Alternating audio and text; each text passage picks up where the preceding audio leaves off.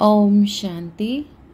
2 अप्रैल 2025 बाप दादा के मधुर महावाक्य बच्चों प्रति।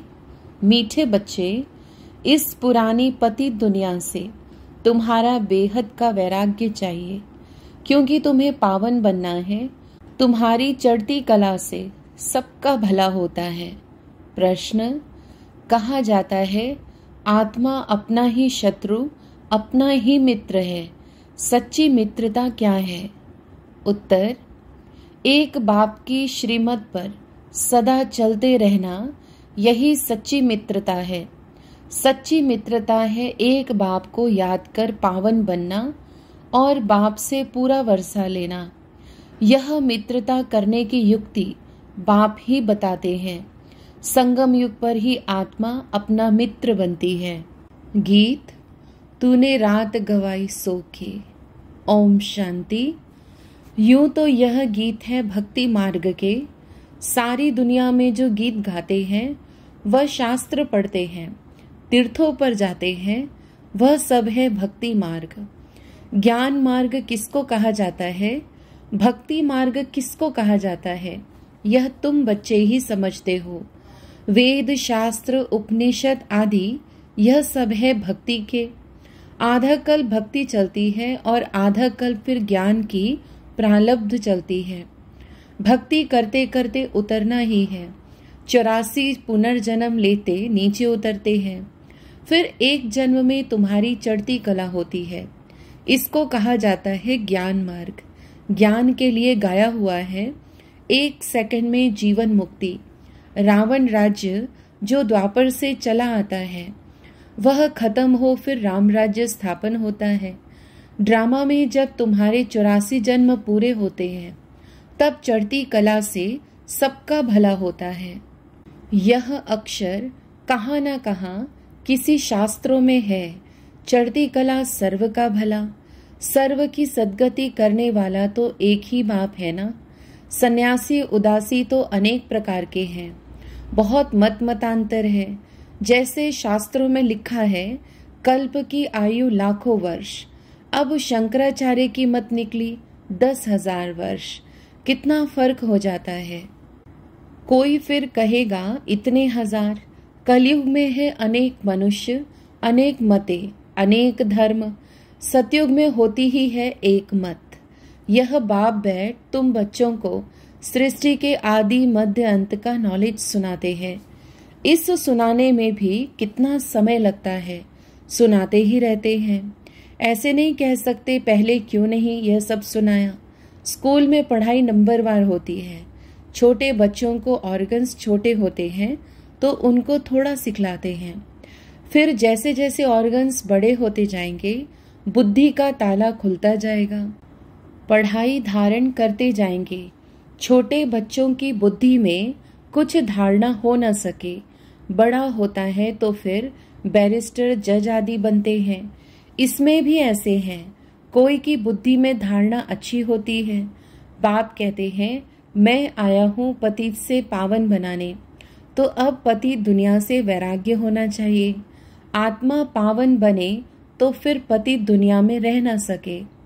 पतित दुनिया में आत्मा भी पतित है, मनुष्य भी पतित है। पावन दुनिया में मनुष्य भी पावन, पतित दुनिया में मनुष्य भी पतित रहते हैं। यह है ही रावण राज्य। यथा राजा रानी तथा प्रजा। यह सारा ज्ञान है बुद्धि से समझने का। इस समय सभी की बाप से है विपरीत बुद्धि। तुम बच्चे तो बाप को याद करते हो। अंदर में बाप के लिए प्यार है। आत्मा में बाप के लिए प्यार है, रिगार्ड है, क्योंकि बाप को जानते हैं। यहाँ तुम सम्मुख हो, शिव बाबा से सुन रहे हो। वह मनुष्य सृष्टि का बीज रूप, ज्ञान का सागर, प्रेम का सागर, आनंद का सागर है। गीता ज्ञान दाता परम पिता त्रिमूर्ति शिव परमात्मा वाच। त्रिमूर्ति अक्षर जरूर डालना है, क्योंकि त्रिमूर्ति का तो गायन है ना। ब्रह्मा द्वारा स्थापना तो जरूर ब्रह्मा द्वारा ही ज्ञान सुनाएंगे। श्री कृष्ण तो ऐसा नहीं कहेंगे कि शिव भगवानुवाच। प्रेरणा से कुछ होता नहीं, ना उनमें शिव बाबा की प्रवेशता हो सकती है। शिव बाबा तो पराये देश में आते हैं, सतयुग तो श्री कृष्ण का देश है ना, तो दोनों की महिमा अलग अलग है। मुख्य बात ही यह है। सतयुग में गीता तो कोई पढ़ते नहीं, भक्ति मार्ग में तो जन्म जन्मांतर पढ़ते हैं, ज्ञान मार्ग में तो वह हो न सके। भक्ति मार्ग में ज्ञान की बातें होती नहीं। अभी रचता बाप ही रचना के आदि मध्य अंत का ज्ञान देते हैं। मनुष्य तो रचता हो न सके, मनुष्य कह ना सके कि मैं रचता हूँ। बाप खुद कहते हैं, मैं मनुष्य सृष्टि का बीज रूप हूँ। मैं ज्ञान का सागर, प्रेम का सागर, सर्व का सद्गति दाता हूँ। श्री कृष्ण की महिमा ही अलग है। तो यह पूरा कॉन्ट्रास्ट लिखना चाहिए, जो मनुष्य पढ़ने से झट समझ जाए कि गीता का ज्ञान दाता श्री कृष्ण नहीं है। इस बात को स्वीकार किया तो यह तुमने जीत पहनी। मनुष्य श्री कृष्ण के पिछाड़ी कितना हैरान होते हैं। जैसे शिव के भक्त शिव पर गला काट देने को तैयार हो जाते हैं, बस हमको शिव के पास जाना है, वैसे वह समझते हैं श्री कृष्ण के पास जाना है, परंतु श्री कृष्ण के पास जा न सके। श्री कृष्ण के पास बलि चढ़ने की बात नहीं होती है। देवियों पर बलि चढ़ते हैं, देवताओं पर कभी कोई बलि नहीं चढ़ेंगे। तुम देवियां हो ना, तुम शिव बाबा के बने हो, तो शिव बाबा पर भी बलि चढ़ते हैं। शास्त्रों में हिंसक बातें लिख दी हैं। तुम तो शिव बाबा के बच्चे हो, तन मन धन बलि चढ़ाते हो, और कोई बात नहीं, इसीलिए शिव और देवियों पर बलि चढ़ाते हैं। अब गवर्नमेंट ने शिव काशी पर बलि चढ़ाना बंद कर दिया है। अभी वह तलवार ही नहीं है। भक्ति मार्ग में जो आपघात करते हैं, यह भी जैसे अपने साथ शत्रुता करने का उपाय है। मित्रता करने का एक ही उपाय है जो बाप बतलाते हैं। पावन बनकर बाप से पूरा वर्षा लो, एक बाप की श्रीमत पर चलते रहो, यही मित्रता है। कहते हैं जीवात्मा अपना ही शत्रु है, फिर बाप आकर ज्ञान देते हैं तो जीवात्मा अपना मित्र बनती है। आत्मा पवित्र बन बाप से वर्षा लेती है। संगम युग पर हर एक आत्मा को बाप आकर मित्र बनाते हैं। आत्मा अपना मित्र बनती है। श्रीमत मिलती है तो समझती है हम बाप की मत पर ही चलेंगे। अपनी मत पर आधा कल्प चले, अब श्रीमत पर सद्गति को पाना है। इसमें अपनी मत चल ना सके। बाप तो सिर्फ मत देते हैं। तुम देवता बनने आए हो ना, यहाँ अच्छे कर्म करेंगे तो दूसरे जन्म में भी अच्छा फल मिलेगा। अमर लोक में यह तो है ही मृत्यु लोक। यह राज भी तुम बच्चे ही जानते हो, सो भी नंबरवार। कोई की बुद्धि में अच्छी रीति धारणा होती है, कोई धारणा नहीं कर सकते, तो इसमें टीचर क्या कर सकते हैं। टीचर से कृपा व आशीर्वाद मांगेंगे क्या। टीचर तो पढ़ाकर अपने घर चले जाते हैं। स्कूल में पहले पहले खुदा की बंदगी आकर करते हैं। हे खुदा, हमको पास कराना, तो फिर हम भोग लगाएंगे। टीचर को कभी नहीं कहेंगे कि आशीर्वाद करो। इस समय परमात्मा हमारा बाप भी है तो टीचर भी है। बाप की आशीर्वाद तो अंडरस्टूड है ही। बाप बच्चे को चाहते हैं बच्चा आए तो उसको धन दूं, तो यह आशीर्वाद हुई ना। यह एक कायदा है। बच्चे को बाप से वर्षा मिलता है। अब तो तमो प्रधान ही होते जाते हैं। जैसा बाप वैसे बच्चे। दिन प्रतिदिन हर चीज तमो प्रधान होती जाती है।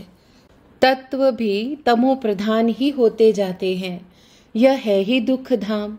40,000 वर्ष अभी और आयु हो तो क्या हाल हो जाएगा। मनुष्यों की बुद्धि बिल्कुल ही तमो प्रधान हो गई है। अभी तुम बच्चों की बुद्धि में बाप के साथ योग रखने से रोशनी आ गई है। बाप कहते हैं जितना याद में रहेंगे उतना लाइट बढ़ती जाएगी। याद से आत्मा पवित्र बनती है, लाइट बढ़ती जाती है। याद ही नहीं करेंगे तो लाइट मिलेगी नहीं। याद से लाइट वृद्धि को पाएगी। याद नहीं किया और कोई विकर्म कर लिया तो लाइट कम हो जाएगी। तुम पुरुषार्थ करते हो सतो प्रधान बनने का। यह बड़ी समझने की बातें हैं। याद से ही तुम्हारी आत्मा पवित्र होती जाएगी। तुम लिख भी सकते हो, यह रचयिता और रचना का ज्ञान श्री कृष्ण दे नहीं सकते, वह तो है प्रारब्ध। यह भी लिख देना चाहिए कि 84वें अंतिम जन्म में कृष्ण की आत्मा फिर से ज्ञान ले रही है, फिर फर्स्ट नंबर में जाते हैं। बाप ने यह भी समझाया है, सतयुग में 9 लाख ही होंगे, फिर उनसे वृद्धि भी होगी ना। दास दासियां भी बहुत ही होंगे ना, जो पूरे 84 जन्म लेते हैं। 84 जन्म ही गिने जाते हैं। जो अच्छी रीति इम्तिहान पास करेंगे वह पहले पहले आएंगे। जितना देरी से जाएंगे तो मकान पुराना तो कहेंगे ना। नया मकान बनता है, फिर दिन प्रतिदिन आयु कम होती जाएगी। वहां तो सोने के महल बनते हैं, वह तो पुराने हो न सके। सोना तो सदैव चमकता ही होगा, फिर भी साफ जरूर करना पड़े। जेवर भी भल पक्के सोने के बनाओ तो भी आखिर चमक तो कम होती है, फिर उनको पॉलिश चाहिए। तुम बच्चों को सदैव यह खुशी रहनी चाहिए कि हम नई दुनिया में जाते हैं। इस नरक में यह अंतिम जन्म है। इन आंखों से जो देखते हैं जानते हैं यह पुरानी दुनिया, पुराना शरीर है। अभी हमको सतयुग नई दुनिया में नया शरीर लेना है। 5 तत्व भी नए होते हैं। ऐसे विचार सागर मंथन चलना चाहिए। यह पढ़ाई है ना, अंत तक तुम्हारी यह पढ़ाई चलेगी। पढ़ाई बंद हुई तो विनाश हो जाएगा। तो अपने को स्टूडेंट समझ इस खुशी में रहना चाहिए ना। भगवान हमको पढ़ाते हैं, यह खुशी कोई कम थोड़े ही है। परंतु साथ साथ माया भी उल्टा काम करा लेती है। 5-6 वर्ष पवित्र रहते, फिर माया गिरा देती। एक बार गिरे तो फिर वह अवस्था हो न सके। हम गिरे हैं तो वह घृणा आती है। अभी तुम बच्चों को सारी स्मृति रखनी है। इस जन्म में जो पाप किए हैं, हर एक आत्मा को अपने जीवन का तो पता है ना। कोई मंद बुद्धि, कोई विशाल बुद्धि होते हैं। छोटेपन की हिस्ट्री याद तो रहती है ना। यह बाबा भी छोटेपन की हिस्ट्री सुनाते हैं ना। बाबा को वह मकान आदि भी याद है, परंतु अभी तो वहां भी सब नए मकान बन गए होंगे। 6 वर्ष से लेकर अपनी जीवन कहानी याद रहती है। अगर भूल गया तो डल बुद्धि कहेंगे। बाप कहते हैं अपनी जीवन कहानी लिखो। लाइफ की बात है ना। मालूम पड़ता है लाइफ में कितने चमत्कार थे। गांधी, नेहरू आदि के कितने बड़े बड़े वॉल्यूम बनते हैं। लाइफ तो वास्तव में तुम्हारी बहुत वैल्यूबल है। वंडरफुल लाइफ यह है मोस्ट वैल्यूबल, अमूल्य जीवन। इनका मूल्य कथन नहीं किया जा सकता। इस समय तुम ही सर्विस करते हो, यह लक्ष्मी नारायण कुछ भी सर्विस नहीं करते। तुम्हारी लाइफ बहुत वैल्यूबल है, जबकि औरों का भी ऐसा जीवन बनाने की सर्विस करते हो। जो अच्छे सर्विस करते हैं वह गायन लायक होते हैं। वैष्णव देवी का भी मंदिर है ना। अभी तुम सच्चे सच्चे वैष्णव बनते हो। वैष्णव माना जो पवित्र है। अभी तुम्हारा खान पान भी वैष्णव है। पहले नंबर के विकार में तो तुम वैष्णव अर्थात पवित्र हो ही। जगत अम्बा के यह सब बच्चे ब्रह्मा कुमार कुमारियां हैं ना। ब्रह्मा और सरस्वती बाकी बच्चे हैं उनकी संतान। नंबरवार देवियां भी हैं जिनकी पूजा होती है। बाकी इतनी भुजाएं आदि दी हैं, वह सब है फालतू। तुम बहुतों को आप समान बनाते हो तो भुजाएं दे दी हैं। ब्रह्मा को भी 100 भुजा वाला, 1000 भुजा वाला दिखाते हैं।